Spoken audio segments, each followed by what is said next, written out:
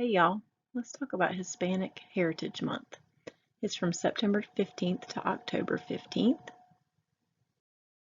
So what is it and who does it celebrate? So it's a celebration of the culture and origin of Latinos and Hispanic Americans in the United States. So this includes many countries of origin, and origin means where your family originally came from, like where your grandparents, great-grandparents, and even before that. The U.S. Census Bureau, that's part of our government, it lists these countries I'm about to list as Latinos and or Hispanics. So when I say the name of them, I want you to raise your hand if your family comes from one of these or maybe even more than one, or if you still have family in one of these countries. Mexico, Puerto Rico, Cuba, Dominican Republic, Costa Rica, Guatemala, Honduras, Nicaragua, Panama, El Salvador, or any other part of Central America.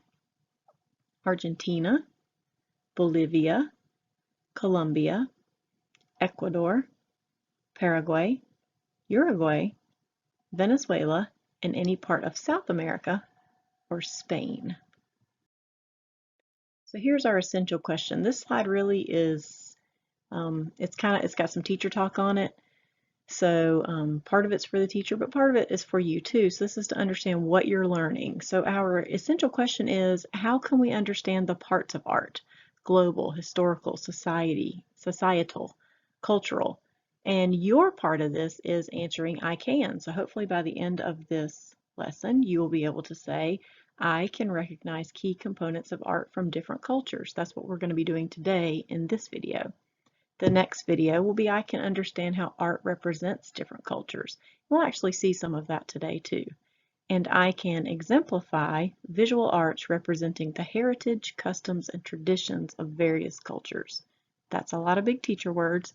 Basically that means that you can show that visual art is representing the heritage and customs of some of the cultures we are studying. So remember all those countries where, like we just listed? Well, where are they?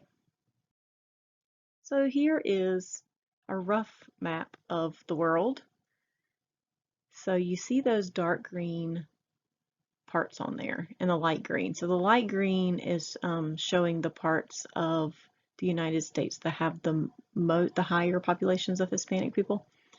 But the green parts, those dark green parts, are the countries we just listed.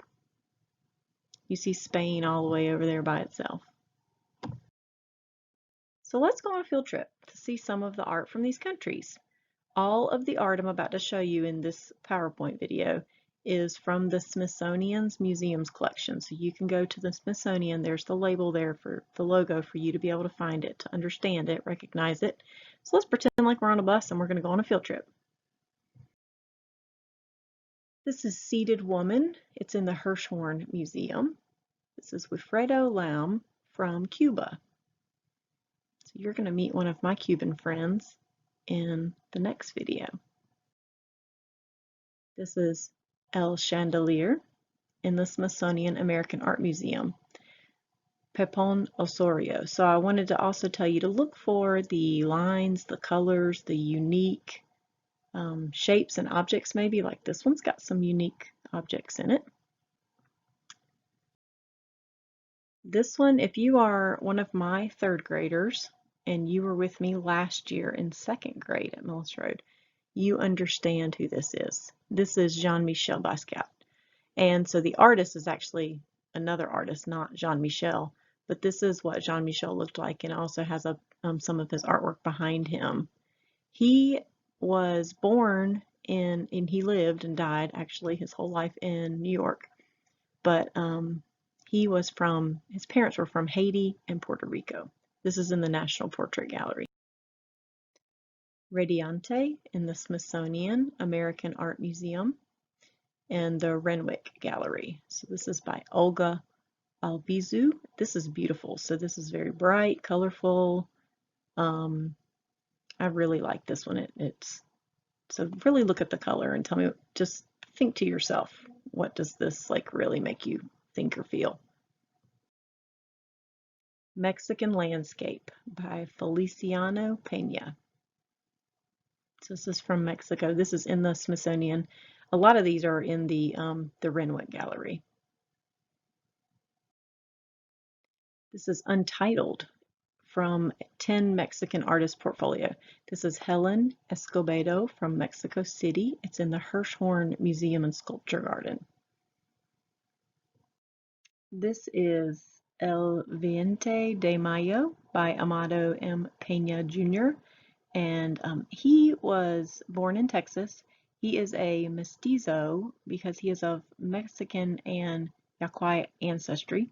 This is in the Smithsonian Art Museum, again in the Renwick. A lot of these are in the Renwick. But I want you to really pay attention to this particular artwork. I want you to look at the color. I want you to look at the line. I want you to really look at the outlines and how bold they are and the shapes that are created in this. And I want you to think to yourself, what do you really like about it? What do you not like about it, if there is something? But this one is going to really influence our artwork that we're going to make. This one, and we're going to compare it to another style of Mexican artwork in the third video. So I want you to really look at the colors and the shapes and the lines in this one. This is a picture photograph of Frida Kahlo. So Frida Kahlo, you cannot talk about Hispanic artists without talking about Frida Kahlo. So Frida Kahlo was born in Mexico. She lived some in Mexico and some little bit in America. She is married to the artist, or she was married to the artist Diego Rivera. And so she is posing in front of one of her pictures. This painting was actually in, it was in the North Carolina Museum of Art last year. Yes, last year. So I got to see that one in person. That was cool.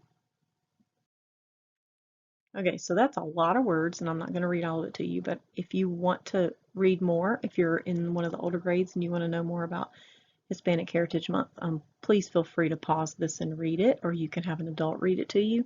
But I put it up there because I wanted you to have the facts, but I also wanted to tell you that the reason that the month goes from September 15th to October 15th is because 5 of the Latin American countries we talked about, Costa Rica, El Salvador, Honduras, Guatemala, and Nicaragua, were all freed. So they all celebrate their independence on the same day, on that September 15th. So they obtained freedom in 1812. And so since their freedom started on that day, that's like the most common day that they have to begin the month. And then the very next day, Mexico celebrates its independence from Spain, and then Chile on September 18th and Belize on September 21st. So that's why the September 15th to October 15th month dates were chosen. So if you want to look at that graph, that's really a cool graph to me. So that whole graph, the pink and the red together, shows all of the Hispanic population people in the United States. So of all of the Hispanic people in the United States, 64% of them are from Mexico. They are Mexican background. So that's the pink. That is a lot of people. That's over half of all those other countries we looked at. And that's pretty cool. So there's only 36%, that 36% is all of the other ones that I listed off, and there were a lot of them. And the pink one represents the people that are from Mexico. So I'm going to share this next story with you in your next video. It's about a girl from the Dominican Republic. The Dominican Republic is that little island that's circled in pink. Do you see it there in the Caribbean? And the one circled in the orange is Mexico. So see, they're very close to each other. Since over half of in the United States, Hispanic population is from Mexico, we should really learn more about their culture and their art.